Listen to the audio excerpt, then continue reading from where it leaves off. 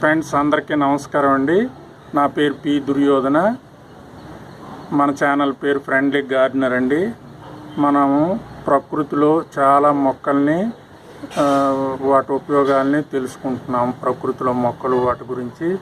మరి ప్రకృతిలో భగవంతుడు మనకి ఎన్నో రకాల మొక్కలు ఇచ్చాడు. పూల మొక్కలు, పండ్ల మొక్కలు, ఔషధ మొక్కలు, రకరకాల మొక్కలు. అందులో కొన్నింటిని మన మిద్దె తోటల్లో కూడా పెంచుకుంటాం. ఈరోజు ఒక ఔషధ మొక్క గురించి మనం తెలుసుకుంటాం. ఆ మొక్క పేరే స్టీవియా. ఇదిగోనండి, ఇది స్టీవియా మొక్క. చూసారా? ఇంతకుముందు ఇదే గ్రో బ్యాగ్లో ఇన్సులిన్ మొక్క కూడా ఉన్నది. ఇంతకుముందు దీని గురించి మనం తెలుసుకున్నాము. ఇది స్టీవియా మొక్క. ఈరోజు దీని గురించి తెలుసుకుందాం. మీ అందరికీ చాలామందికి తెలుసును, కానీ ఇందులో ఒక విచిత్రమైనటువంటి విషయం ఈ స్టీవియా మొక్కలో ఉంది. ఇది పంచదార కంటే 200 రెట్లు అధికంగా తీయగా ఉంటుందండి.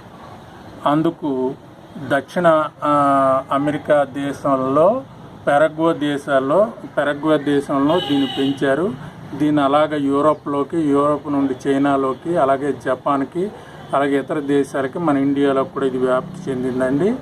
ఇది షుగర్ కంటే 200 రెట్లు అధికంగా తీయగా ఉంటుంది. చాలా విచిత్రం. మీరు ఒక ఆకుని తెంపి నోట్లో పెట్టుకొని చూస్తే చాలా తీయగా ఉంటుందండి. చాలా విచిత్రమైనటువంటి మొక్క. దీన్ని ముఖ్యంగా డయాబెటిక్స్ వ్యాధిగ్రస్తులు దీన్ని వాడతారు. ఎందుకంటే ఇది మన షుగర్ లెవెల్ని క్రమబద్ధీకరిస్తుంది. కాబట్టి ఇది కూడా చక్కటి ఔషధ మొక్క అండి. ఈరోజు దీన్ని ఎలా పెంచుకోవాలి, దీని ఉపయోగాలు ఏంటి మనం తెలుసుకుందాం. ఈ మొక్క ముఖ్యంగా మనం నర్సరీల్లోనే దొరుకుతాయండి. ఈ నర్సరీకి వెళ్ళి మనం మొక్కను తెచ్చుకొని మీకు ఎప్పటిలాగే మీకు ఎప్పుడు చెప్తుంటాను కదా, 4 వంతుల్లో ఒక వంతు మట్టి, ఒక వంతు కోకో పిస్టు, ఒక వంతు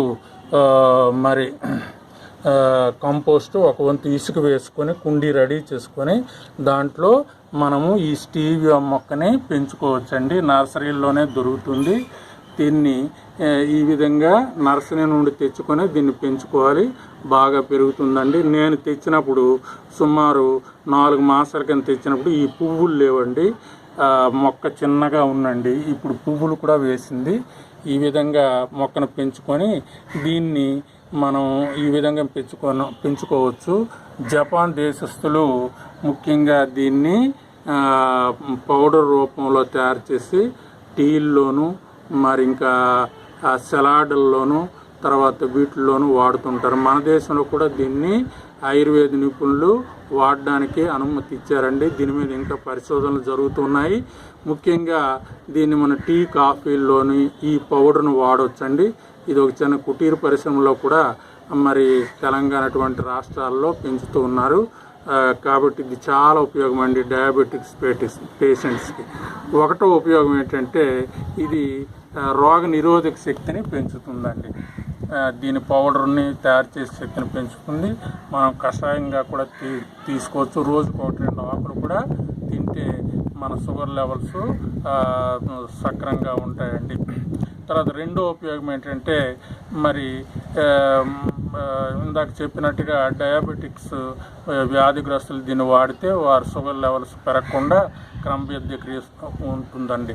అలాగే మన శరీరంలో మూడో ఉపయోగం అంటే రోగ క్రిములు ఏవైనా ఉంటే వాటిని ఇవి ఈ పౌడరు మరి సలాడ్ల్లోనూ, డ్రింకుల్లోనూ వాడితే రోగ కారకాలైన క్రిములను కూడా నాశనం చేస్తుంది.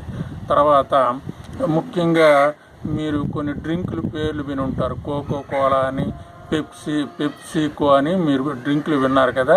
అవి అమెరికా ఉత్పత్తులు అండి. వాళ్ళు కూడా ఈ స్టీవియా మొక్క చక్కెరని ఉత్పత్తి చేస్తుంది. కాబట్టి కొన్ని డ్రింకుల్లో ఈ కోకో కోలా, పెప్సీ కోలా అటువంటి డ్రింకుల్లో కూడా దీన్ని వాడారండి. WHO వాళ్ళు కూడా ఇది ప్రమాదకారి కాదు, వాడవచ్చు అని కూడా కొన్ని ఆహార పదార్థాల్లో డ్రింకుల్లో వాడచ్చు అని కూడా WHO పర్మిషన్ ఇచ్చింది.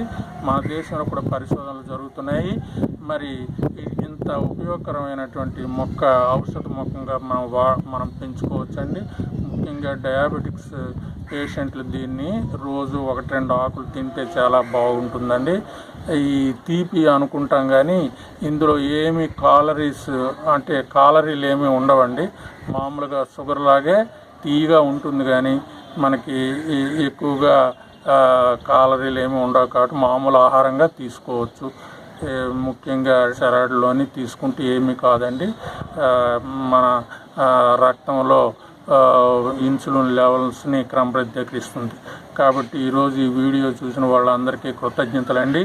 మరి ఎవరైనా కొత్త వాళ్ళు చూస్తుంటే దయచేసి మన ఛానల్ని సబ్స్క్రైబ్ చేసుకోండి. ఆ సబ్స్క్రైబ్ బటన్ క్రింద వీడియోలో ఉంటుంది, దాన్ని నొక్కితే మరి బెల్ ఐకాన్ గుర్తొస్తుంది, దాన్ని నొక్కితే మరి మన తదుపరి వీడియోలు కూడా వస్తాయండి. Thank you very much for watching.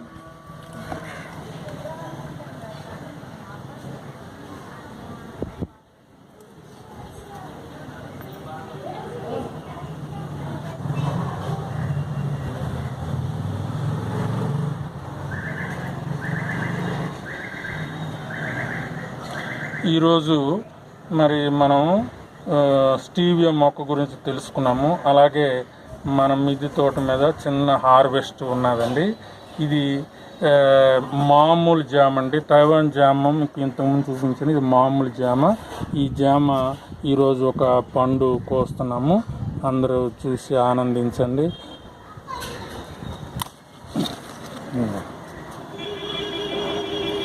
Thank you very much for watching.